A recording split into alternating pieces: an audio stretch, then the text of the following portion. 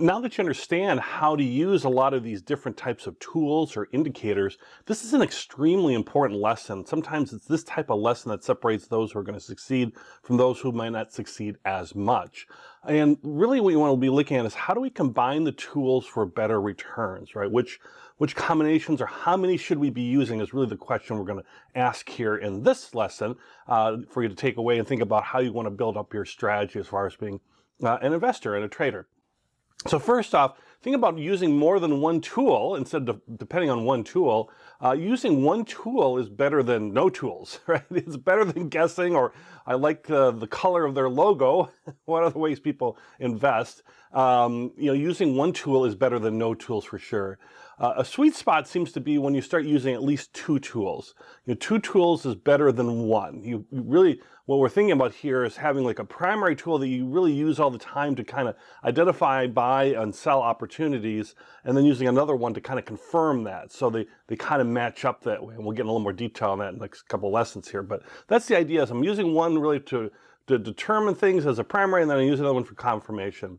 I could go up to 3 to 4, maybe that's okay too. It's even more confirmation around that. Those we see there's a little bit of element of diminishing returns, but you need to know more indicators very well inside and out. But you can go 3 to 4. But you start using 5 or more, that's a little too unwieldy. You can be aware of all the stuff, like we've learned a lot of different tools in the course, and so you can be aware, like, oh, I see something, maybe I should look closer at it, but it wouldn't be necessarily a primary tool for you.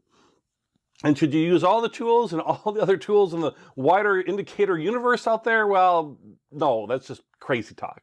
So let's talk a little bit more about that as far as how many tools to use. One reason you want to combine these tools for better returns, and it's really a core concept of technical trading actually, is the primary on its own, while better than none, can be wrong. As we know, you can have false signals, you have noise out there, you have whipsaws, you have all sorts of things. And so nothing's foolproof, so it can be wrong.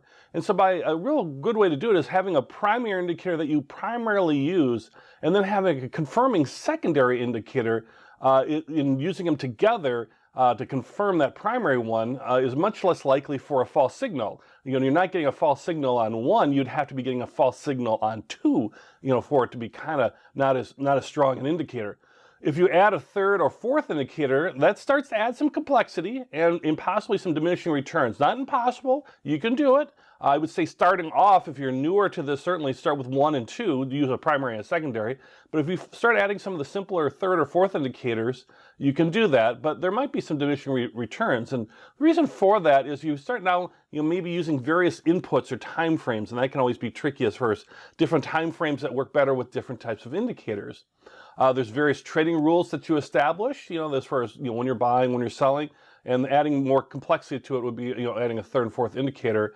It's hard to become really rock solid and really knowledgeable with so many tools, trying to use them all the time, every day, or every time you're trading.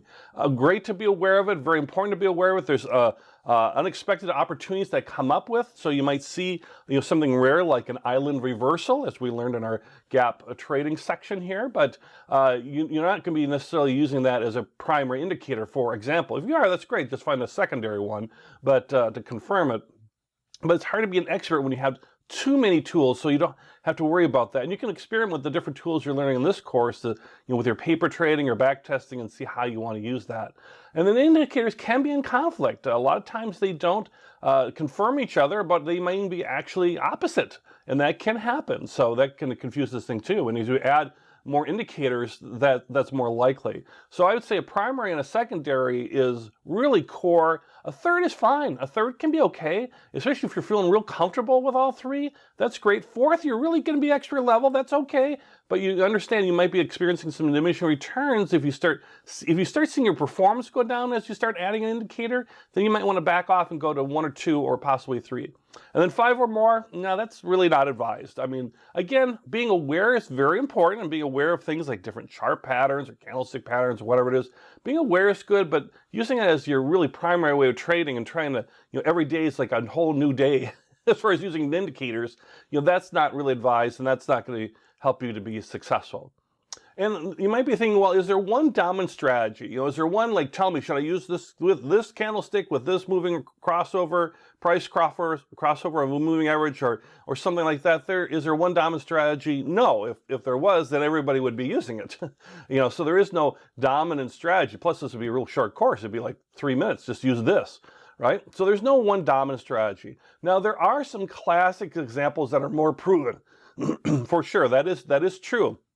In some ways that they work better together, and we have upcoming lessons on that. It's going to look at these classic examples, but also how to kind of put it together too. When, let's say, if we're creating your own type of, kind of combining of the tools. And I think that's a good way to do it, actually. You can start with some classic ones, or you can look at classic combinations, but then think about what you learn in the course and really kind of gravitate and create your own. What lessons really, sung out to you? What really, did you really grasp quickly or feel real comfortable with? That's a good indication that might be a good indicator for you. Remember, all the indicators are good. There's no bad indicators, just some might be better than others in different situations, and as we'll learn later lessons, that some are better as far as being complementary to one another. So that's coming up. What are you comfortable with? What are you excited about? What you might have an indicator like, I love this, I want to use this every day, and then it makes sense to you. If you're using an indicator because you feel forced to use it because somebody on YouTube or somebody on a forum said you got to do it this way, and it doesn't really make sense to you, or you don't really buy into it as much, then skip over it. Pick a different indicator. Everybody has their favorites, and more importantly, things that work well for them. And that's how you can really test to see what's working well for you. Where we talked in the earlier lesson about back testing and paper trading. Just a reminder around that, back testing is for free. Most platforms offer that for free. Almost all of them do, or they have some sort of that. If they don't, you might want to look at a different platform, I suppose. But where you can back test things, where you can look at the indicators that are of interest to you, pick a primary and a secondary, maybe a third or fourth, and then you can back test that over historical data, real historical data, to see how that would have worked out. And you can start seeing if it's working for you as far as the actual performance by back testing it over historical data, real historical data. And then paper trading is basically trading with fake money, right? You're not investing your own money. So you're paper trading with this kind of fake account and fake money that you can set up with. It's called a paper trading account. So there's another way for you to try out, different indicators and what's working for you, what you feel comfortable with.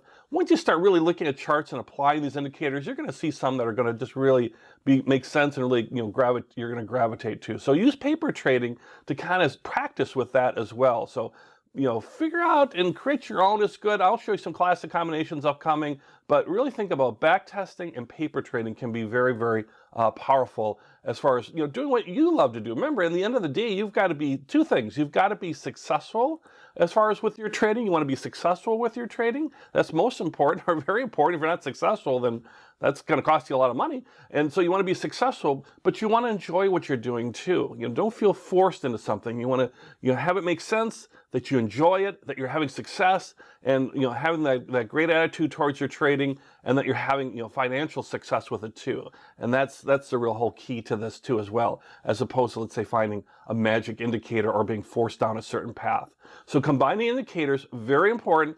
Certainly have a primary, and very good to have a secondary. 3 or 4 okay too. Get more than that, that might be be aware, but that might be a little bit more of a caution sign.